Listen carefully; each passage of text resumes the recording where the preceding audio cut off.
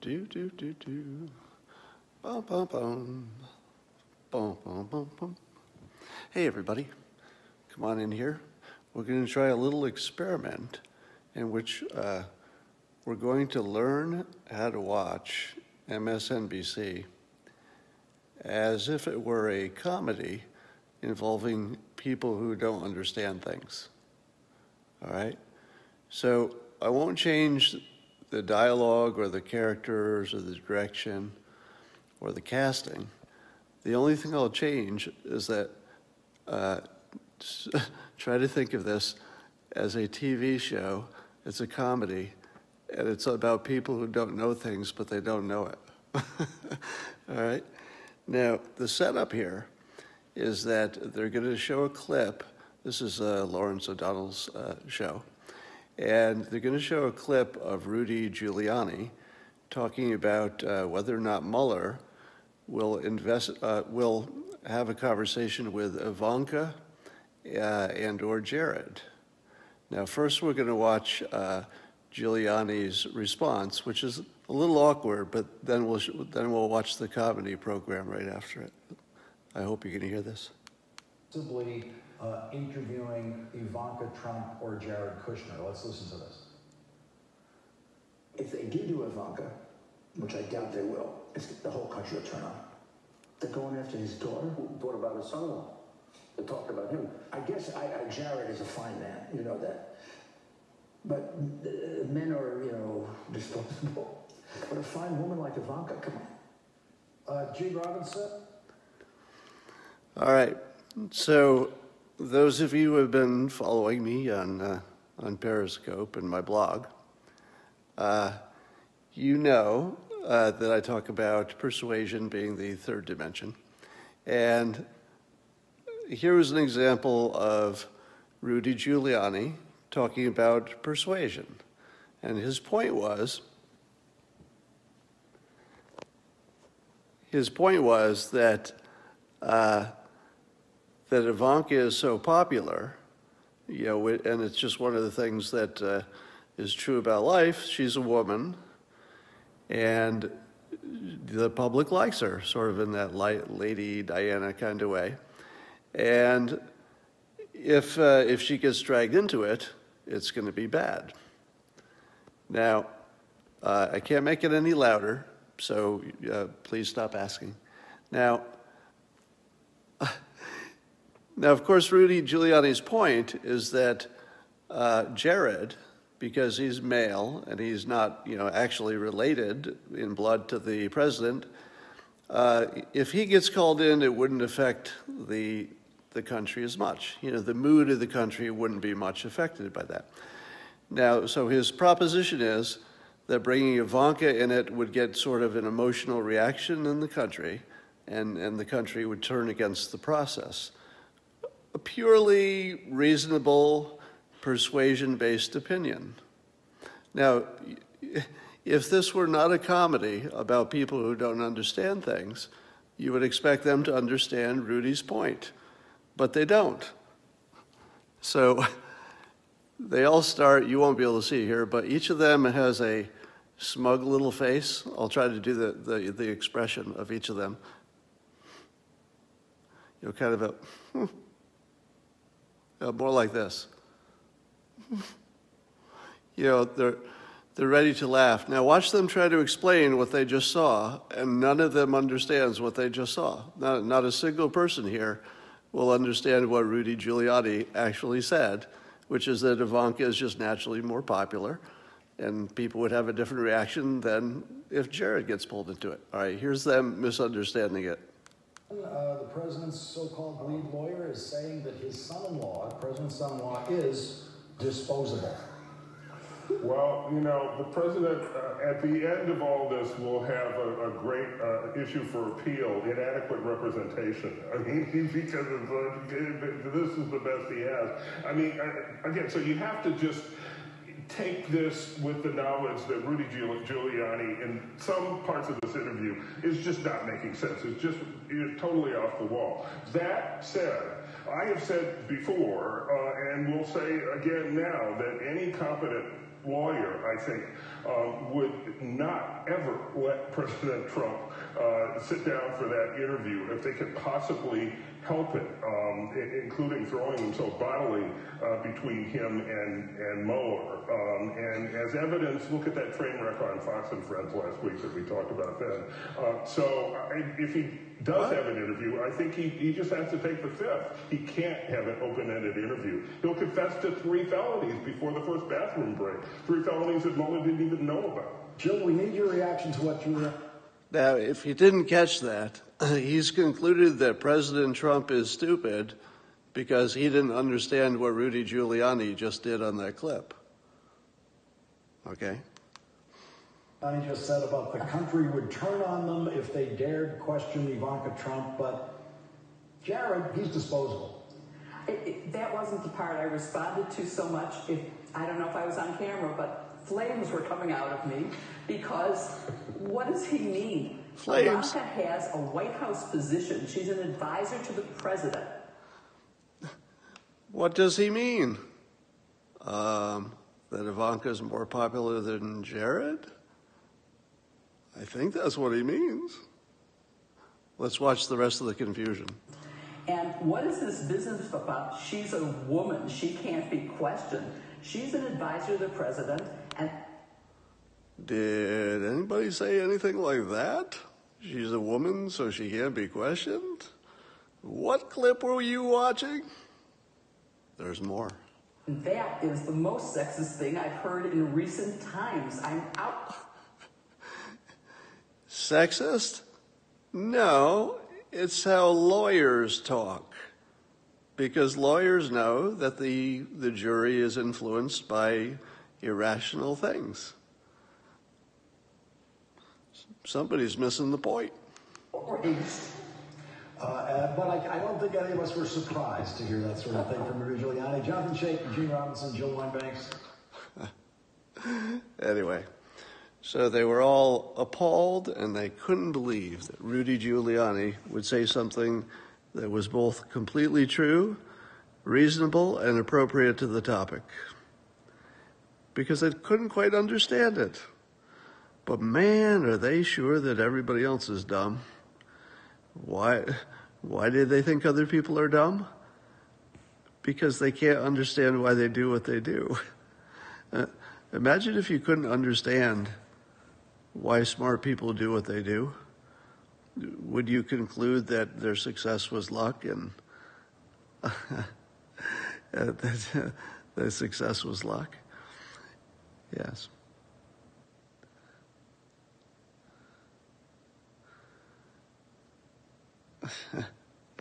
I actually sort of accidentally turned on MSNBC.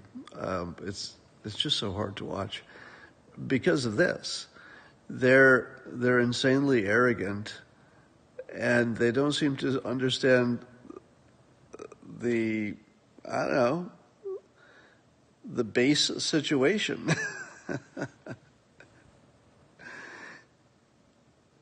How are they explaining the North Korea situation? I think I'm going to watch MSNBC nonstop. You know, if it looks like we're ready to sign a real good deal for North Korea, that's going to be fun.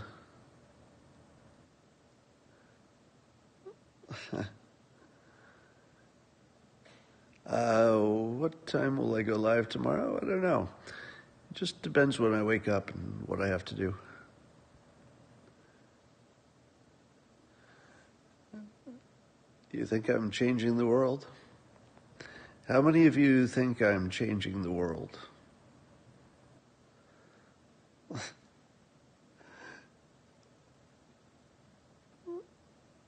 All right. I'm just looking at your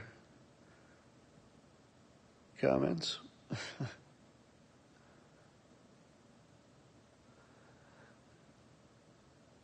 You know, it's funny that there's literally a good news channel and a bad news channel now. And of course it changes depending on who's in the White House. But I've come to the point where, and I think maybe this is a huge business advantage, that Fox has the option of running lots of good news. Hey, the economy is good, North Korea is going well, ISIS, blah, blah, blah. So they run pretty much, I would say, at least 70% good news, unless there's some kind of a tragedy. And if you go to MSNBC or CNN, it's nonstop bad news because they're just hammering on the president, and it doesn't matter what he's doing. Now, of course, they also have an entirely different reality. In their reality, it's all about the lawyers.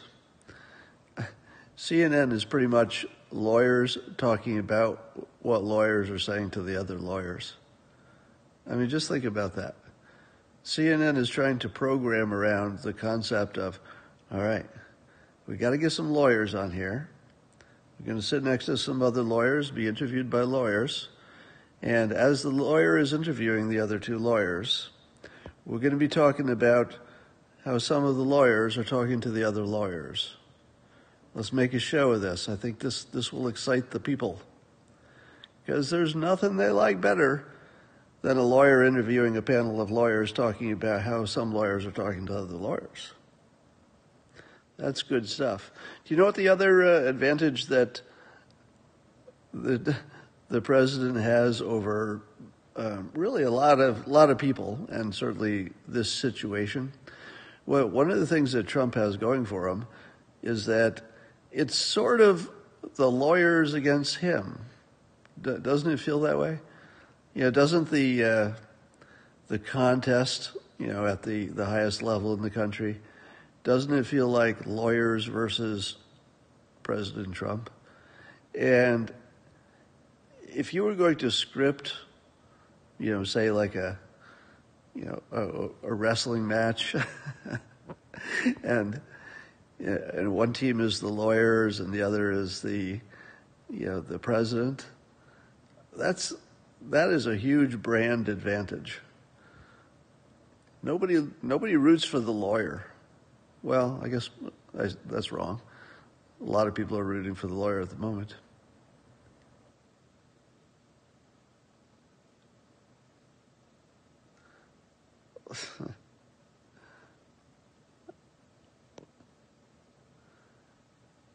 Somebody says they feel great and they don't know why. All right, how many people on here feel better now than, meaning around now, than 2 years ago? How many of you just generally feel better about life, your own life, than 2 years ago?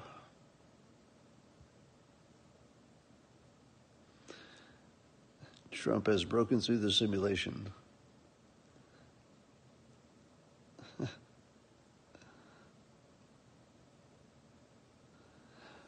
Yeah, it's fascinating to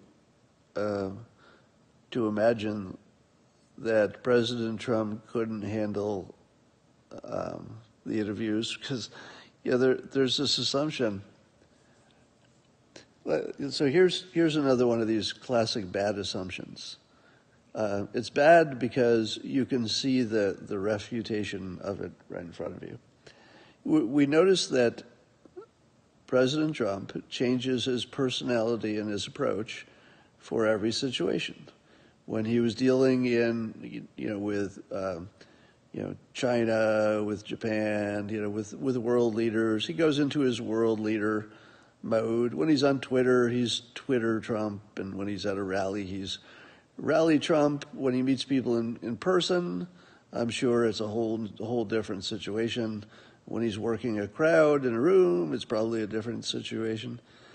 So there's nothing that we've watched more consistently than the fact that he can chameleon into whatever is the most powerful situation in the room, right? So he sort of morphs from whatever he is into whatever he needs to be.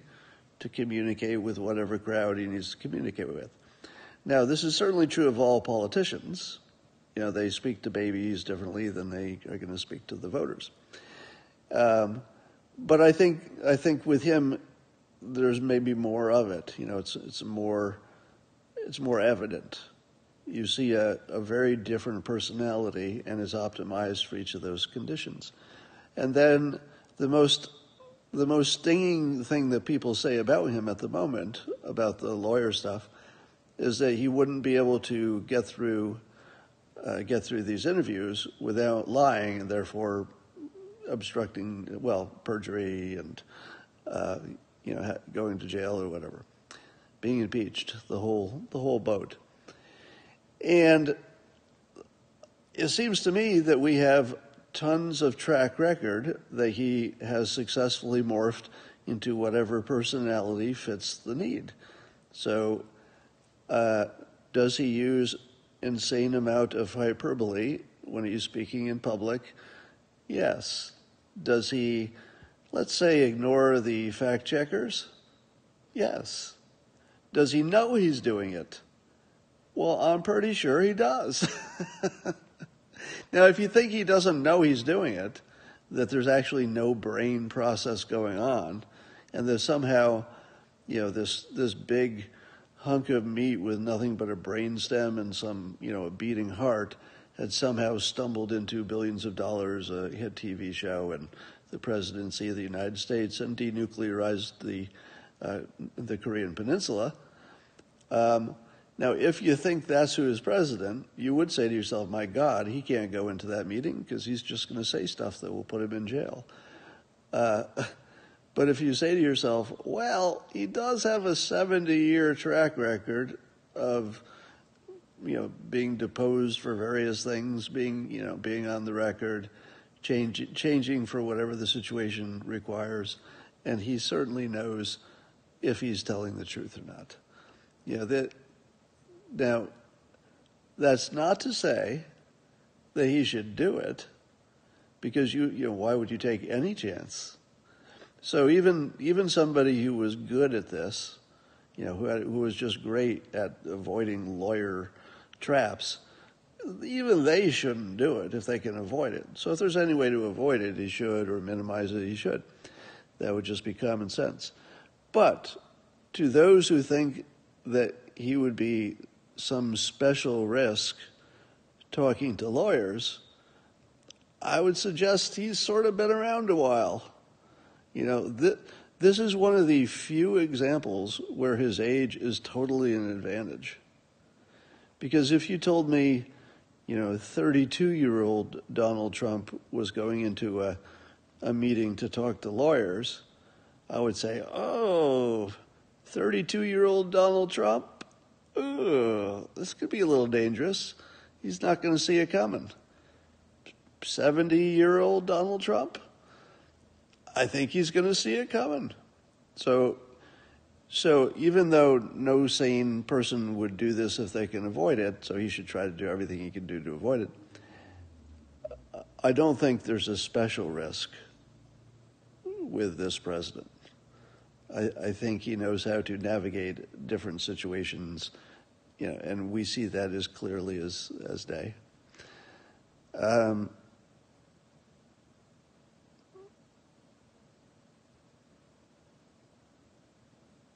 What act of the movie are we in? That's a good question. I don't know that we're in the movie paradigm at the moment. It feels like we're entering what I call the golden age. And so it feels like there's just an upside ahead of us, at least for the horizon that is useful. So I think it's just good times ahead.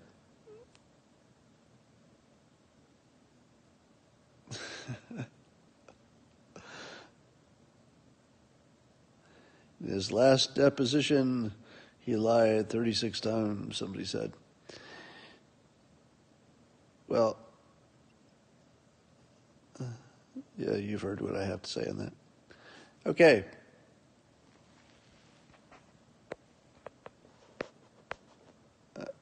Soon Iran, yeah, we'll be solving Iran pretty soon.